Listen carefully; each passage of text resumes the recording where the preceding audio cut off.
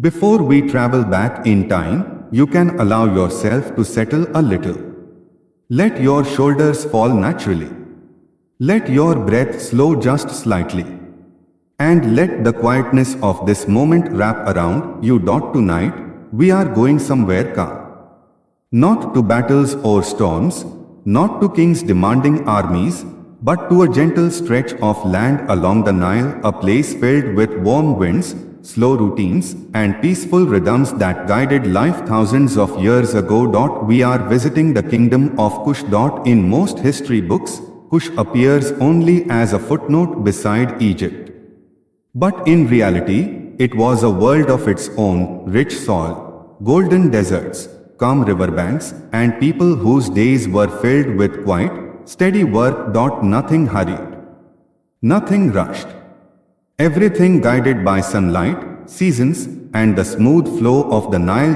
Tonight's story is simply about the everyday people of Kush and the small, gentle tasks that shaped their ordinary days. Small movements, soft routines, peaceful lives. A perfect landscape to fall asleep to. So, let's begin this slow journey. The day in Kush began quietly.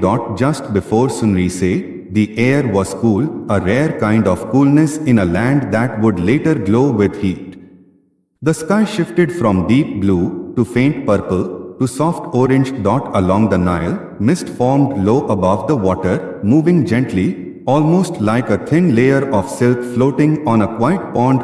From far away, one might hear light sounds, the flap of a bird's wings, the distant bleating of a goat, and the gentle rustle of palm leaves as a slow breeze wandered through the valley. In small clusters of mud brick homes, the people of Kush began to stir awake. Not with alarms, not with urgency, but naturally, with the rising sun. Inside one of these homes, a woman named Arina blinked her eyes open. She lay on a woven mat of palm fibers, its texture hardened slightly by years of use, yet still familiar and comforting. There was no hurry for her to stand. She simply sat up, stretching slowly, listening to the soft creaks of the morning. Her home was simple, a few clay pots, a wooden stool, a basket woven from reeds, and a small window where the first glow of sunlight entered. She rose not because she must, but because the day was gently inviting her to begin. Morning chores in Kush were not noisy. They were slow and repetitive, like a quiet rhythm that everyone knew by heart. Arina stepped outside, the packed earth cool beneath her bare feet. Nearby, a few neighbors were also beginning their day. A boy carried a clay jar toward the river, holding it carefully with both hands, moving slowly so the cool morning water wouldn't spill. An older woman arranged bundles of reeds that she would later weave into baskets.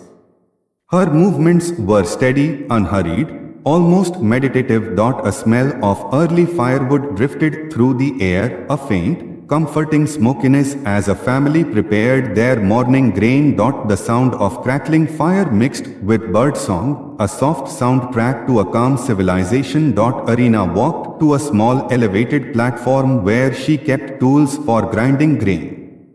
A large stone, smooth from years of use, waited quietly beneath the morning sun. She placed a handful of sorghum seeds on it and began to grind them with a gentle, circular motion. The sound was soft and steady, a faint scraping, rhythmic and soothing. Back and forth, the sound matched the slow rise of the day. For the Kushites, grain grinding wasn't rushed. It was something to settle the mind. A slow start that brought a sense of order and peace. As the fine powder formed beneath her hands, the air filled with a mild, earthy aroma, the scent of fresh grain, nutty and simple, a smell older than recorded history. Nothing extraordinary was happening. Just life. Slow, calm, grounded life. For the people of Kush, the Nile was more than a river. It was a companion, a guide, a quiet provider that shaped every part of their day. By mid-morning, light footsteps approached the riverbank. Young boys carried fishing baskets woven from reeds, their round shapes dipping slightly as they walked. A fisherman named Darrow stood knee-deep in the water, throwing a simple net made of plant fibers. He moved slowly, not because the work was hard, but because rushing would disturb the water and chase the fish away. Darrow let the water swirl around his legs, its coolness refreshing in the rising heat. The river had its own voice, gentle splashes, light waves tapping against the bank, and the distant croak of frogs hiding among reeds. No one shouted instructions. No one hurried anyone else. The Nile set the pace, and the people simply followed. Nearby, women cleaned clothes in the shallow water, lifting and dipping cloth in slow, repeating motions. The fabrics swayed underwater like soft, colorful shapes, moving peacefully with the current. Arena joined them, carrying a small bundle of garments. She knelt on a smooth rock, letting her sleeves brush the cool river water. The group spoke softly, light conversations, gentle laughter, small stories from the previous day. Nothing intense. Nothing loud. Just the quiet sharing of company as water flowed around their hands. By late morning, the sounds of the river gave way to the soft noises of craftspeople working in shaded courtyards. Kush was famous for its artisans, metalworkers, potters, basket weavers, and makers of jewelry shaped from gold that glowed like captured sunlight. But the work itself was quiet. Every movement slow, intentional, designed to create something beautiful without haste. A potter named Tanen sat behind a low table, turning a lump of clay gently in his hands. He added water from a small bowl, shaping the clay slowly, letting it relax into a soft, round form. The clay wheel did not spin fast. It turned lazily, just enough for him to guide it with calm fingers. Nearby, a basket weaver threaded strips of papyrus and palm leaves.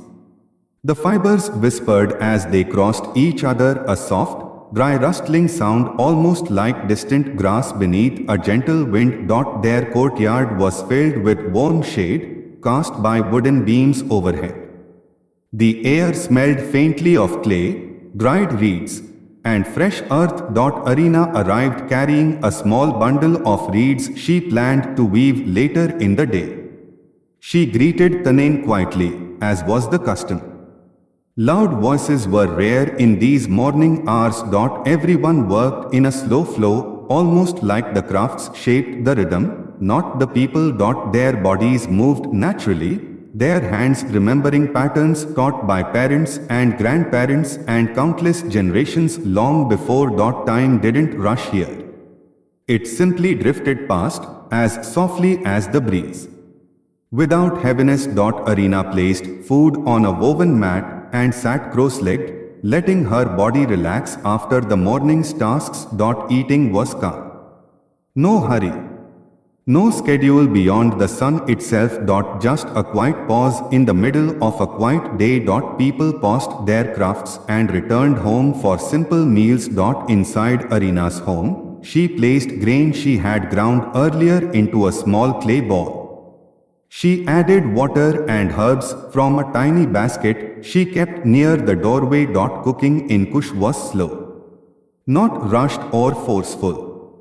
Just small motions, stirring, tasting, adjusting, letting heat and time do the work. The fire crackled softly, tiny pops that blended with the distant sounds of animals resting in their shaded pens. Goats shifted occasionally. A donkey flicked its ears at gentle flies. Children played quietly with clay toys near the wall. The smell of warm grain mixed with earthy herbs drifted through the room. There were no rich feasts here. Just simple meals, fresh and comforting, enough to fill the day. Peaceful historical atmosphere, 16:9 aspect ratio. After the quiet comfort of the midday meal, the heat of the day settled softly across Kush. It was warm, but not overwhelming, a steady warmth that made movements slower, thoughts gentler, and work more deliberate. Arena stepped outside again, shielding her eyes slightly as sunlight spilled over the village. Shadows grew short. Walls of mud brick homes glowed honey gold. The air itself shimmered faintly as grains of dust drifted lazily through the light. Nothing urgent happened during these hours. People understood the rhythm of their land. They worked, yes, but with calm hands, never fighting the sun, only moving with it. She carried her bundle of reeds and settled beneath the partial shade of a wooden roof. There, she began weaving. One strand over, one strand under, repeat, slow, steady, almost like breathing. Each reed made a small, dry whisper as it bent into place. The pattern grew gradually, a circle expanding outward with gentle symmetry. The air smelled faintly of sun-warmed papyrus. Distantly, a donkey let out a soft, lazy sound. Someone's clay pot clinked lightly against a stone surface. Children giggled quietly as they drew shapes in the dusty ground with small sticks. Every sound was soft. Every movement unhurried. The entire afternoon felt like a long, slow exhale. By the time the sun lowered slightly, softening its harshest heat, villagers began walking toward the local market area, not a crowded bazaar, but a simple open space where people shared goods and stories. The path to the market was gentle, lined with palm trees and small shrubs that swayed lightly in the afternoon breeze. The market itself was peaceful. Reed mats spread on the ground, clay bowls filled with grain-woven baskets stacked neatly small. Jewelry pieces glinting in the sun, pottery arranged in careful rows. There were voices here, but none were raised. Conversations blended into a soft murmur like the quiet ruffling of pages in a library. A potter discussed the smoothness of his newest ball with slow, thoughtful words. A farmer offered fresh beans carefully gathered at dawn. A mother traded a handful of herbs for a simple bracelet her daughter liked. Arena arrived with her basket now half finished. She showed it to a friend who admired the pattern. They spoke softly, not about important events or grand stories, but about normal things, the breeze last night. A goat that wandered too far. A patch of grain growing unexpectedly well, small details. The kind that made life feel steady and predictable. Children wandered the market touching items gently, learning names of plants and tools from older relatives. In the shade of a low canopy, two elders played a quiet game using seeds and small carved wooden pieces. Their hands moved slowly, their eyes calm, the game carrying memories of countless afternoons spent the same way. Nothing dramatic happened. Nothing unusual. Just the slow heart of a simple civilization beating quietly beneath the sun. Later, as the afternoon softened, some villagers returned to the river to tend to the banks, clear reeds, or shape irrigation channels that guided water into fields. This, too, was calm work. The Nile's surface shimmered with dappled, flickering sunlight, and the water made a soft, reassuring sound as it flowed past stones and reeds. Men and women stood along the bank using wooden tools to adjust small canals.